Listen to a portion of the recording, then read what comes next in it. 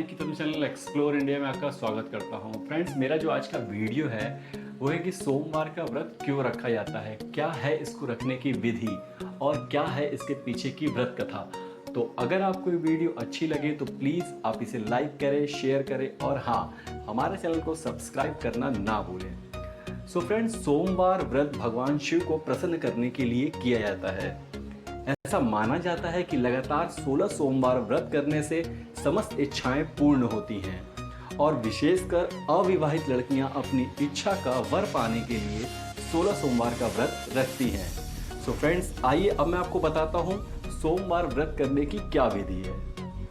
Friends, Narad पुराण के अनुसार सोमवार व्रत में व्यक्ति को प्रातः स्नान करके शिव जी को जल और बेल पत्र चढ़ाना चाहिए अर्थात शिव गौरी की पूजा करनी चाहिए। शिव पूजन के बाद सोमवार व्रत की कथा सुननी चाहिए। साधारण रूप से सोमवार का व्रत दिन के तीसरे पहर तक होता है, मतलब शाम तक रखा जाता है। सोमवार व्रत 3 प्रकार का होता है। पहला प्रति सोमवार व्रत, दूसरा सौम्य प्रदोष व्रत और तीसरा 16 सोमवार व्रत। इन सभी व्रतों के लिए एक ही विधि होती है। फ्रेंड्स, अब मैं आपको बताता हूँ सोमवार व्रत की कथा। क्या है इसकी कथा? एक समय की बात है, किसी नगर में एक साहूकार रहता था। उसके घर में धन की कोई कमी नहीं थी, लेकिन उसकी कोई संतान नहीं थी। इस कारण वह बहुत दुखी था। पुत्र प्राप्ति के लिए वह प्रत्येक सोमवार को व्रत रखता था और पूरी श्रद्धा के साथ शिव मंदिर में जाकर भगवान शिव और पार्वती जी की पूजा करता था। उसकी भक्ति देखकर एक दिन माँ पार्वती प्रसन्न हो गईं और भगवान शिव से उस साहूकार की मनोकामना पूर्ण करने का आग्रह किया। पार्वती जी की इच्छा सुनकर भगवान शिव ने कहा, पार्वती जी, इस संसार में हर प्राणी को उसके कर्मों का फल मिलता है और जिसके भाग्य में जो होता है उसे वो भोगना पड़ता है। लेकिन पार्वती जी ने साहूकार की भक्ति का मान रखने के लिए उसकी मनोकामना पूर्ण करने की इच्छा जताई। फ्रेंड्स, माता पार्वती के आग्रह पर शिव जी ने साहूकार को पुत्र प्राप्ति का वरदान तो दिया, लेकिन साथ ही यह भी कहा कि उसके बालक की आयु केवल 16 वर्ष होगी। माता पार्वती और भगवान शिव की बातचीत को साहूकार सुन रहा था। उसे ना तो खुशी थी और ना ही दुख। वह पहले की भांति शिव जी की पूजा करता रहा। कुछ समय के पश्चात साहूकार के घर एक पुत्र का जन्म हुआ। जब वह बालक 11 वर्ष का हुआ तो उसे पढ़ने के लिए काशी भेज दिया गया। साहूकार ने पुत्र के मामा को बुलाकर ढेर सारा धन दिया और कहा, तुम मेरे बालक को काशी विद्या प्राप्त करने के लिए ले जाओ और मार्ग में यज्ञ कराना। जहाँ भी यज्ञ कराओ वहाँ ब्राह्मणों को भोजन कराते और दक्षिणा देते हुए जाना। फ्रेंड्स, उसके बाद दोनों मामा और भांजे इसी तरह यज्ञ कराते और दान दक्षिणा देते काशी की ओर चल पड़े। रात में एक नगर पड़ा जहां नगर के राजा की कन्या का विवाह था, लेकिन जिस राजकुमार से उसका विवाह होने वाला था वह एक आंख से काना था। राजकुमार के पिता ने अपने पुत्र के एक आंख के काने होने की बात को छुपाने के लिए एक चाल सोची। साहूकार के पुत्र को देखकर उसके मन में एक विचार आया। उसने सोचा, क्यों न इस लड़के को दूल्हा बनाकर राजकुमारी से विवाह करा दूं। उसके बाद इसको धन देकर विदा कर दूंगा और राजकुमारी को अपने नगर ले जाऊंगा।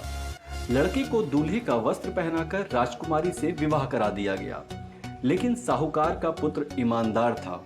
उसे यह बातें ठीक नहीं लगी। उसने अवसर पाकर राजकुमारी की चुन्नी के पल्ले पर लिखा कि तुम्हारा विवाह तो मेरे साथ हुआ है, लेकिन जिस राजकुमार के संग तुम्हें भेजा जाएगा वह एक आंख का काना है। मैं तो काशी पढ़ने जा रहा हूं।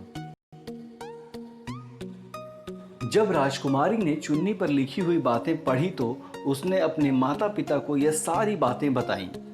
राजा ने अपनी पुत्री को विदा नहीं किया और बारात वापस चली गई। दूसरी ओर साहूकार का लड़का और मामा दोनों काशी पहुंचे और वहां जाकर यज्ञ किया।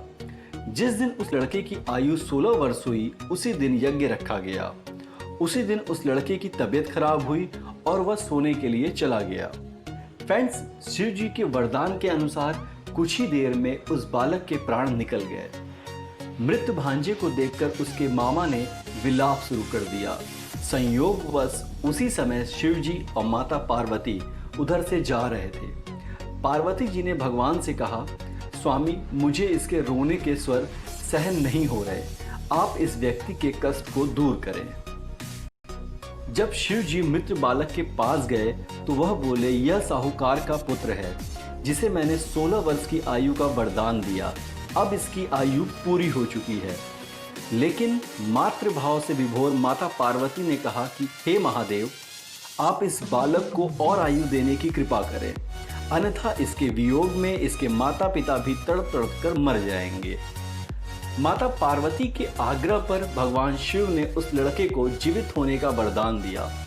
शिव जी की कृपा से वह लड़का जीवित हो गया। शिक्षा प्राप्त करके लड़का अपने मामा के साथ अपने नगर को चल दिया। दोनों चलते चलते उसी नगर में पहुंचे जहां उसका विवाह हुआ था।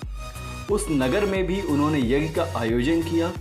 उस लड़के के ससुर ने उसे पहचान लिया और महल में ले जाकर उसकी खातिरदारी की और अपनी पुत्री को उसके साथ विदा की। इधर साहूकार और उसकी पत्नी भूखे प्यासे रहकर बेटे की प्रतीक्षा कर रहे थे। उन्होंने प्रण कर रखा था कि यदि उन्हें अपने बेटे की मृत्यु का समाचार मिला तो वह भी प्राण त्याग देंगे, परंतु अपने बेटे के जीवित होने का समाचार पाकर वे बेहद प्रसन्न हुए। उसी रात भगवान शिव ने व्यापारी के स्वप्न में आकर कहा, मैं तेरे सोमवार के व्रत करने और व्रत कथा सुनने से प्रसन्न होकर तेरे पुत्र को लंबी आयु प्रदान की है। इसी प्रकार जो कोई सोमवार व्रत करता है या कथा सुनता है और पढ़ता है, उसके सभी दुख दूर हो जाते हैं और समस्त मनोकामनाएं पूर्ण होती हैं। सो फ्रेंड्स, ये थी सोमवार व्रत कथा या फिर सोमवार व्रत करने की विधि। तो अगर आपको ये वीडियो अच्छी लगे तो प्लीज़ आप इसे लाइक करें, शेयर करें और हाँ, हमारे चैनल को सब्सक्राइब करना ना भूलें।